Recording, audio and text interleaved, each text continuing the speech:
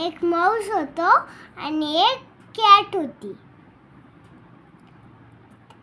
ते खेळायचे एकमेकांशी आणि एक पकडी पकडी, दोघं ते पकडी पकडी खेळायचे. मग त्यांना गंमत नाही एक शिकवायची की आपण आज पकडी पकडी खेळायची, पण ते दोघं पकडी पकडी खेळायला जातात. मग मांजराच्या हातून शेपटी तुटते. मग उंदीर रडू लागतो.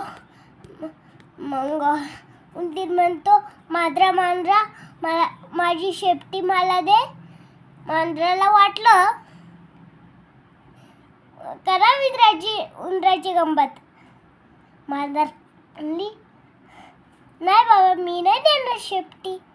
आधी थोडं मला दूध आणून दे, मग देईन शेपटी. मग उंदीर विचार करू लागला, दूध कुठून आणू? गाईकडे जाऊया. गाई मला थोडं दूध दे. तुला रे कशाला दूध नेऊन मांजराला देईन. मांजराकडून शेपटी घेईन, मग घरी निघून जाईन. बरं ठीक आहे, पण मला थोडं गवत आणून दे. उंदीर विचार करू लागला, गवत कुठं मिळेल? शेतकऱ्याकडे जाऊ. शेतकरी दादा मला थोडं गवत दे. तुला रे कशाला गवत नेऊन गाईला देईन. गाईकडून दूध घेईन, दूध नेऊन मांजराला देईन. मांजराकडून शेपटी घेईन, मग घरी निघून जाईन. बरं ठीक आहे, पण मला थोडी भाकरी आणून दे. मग उंदीर भाकरी शोधायला निघाला. तिकडेच एक घरापाशी आला.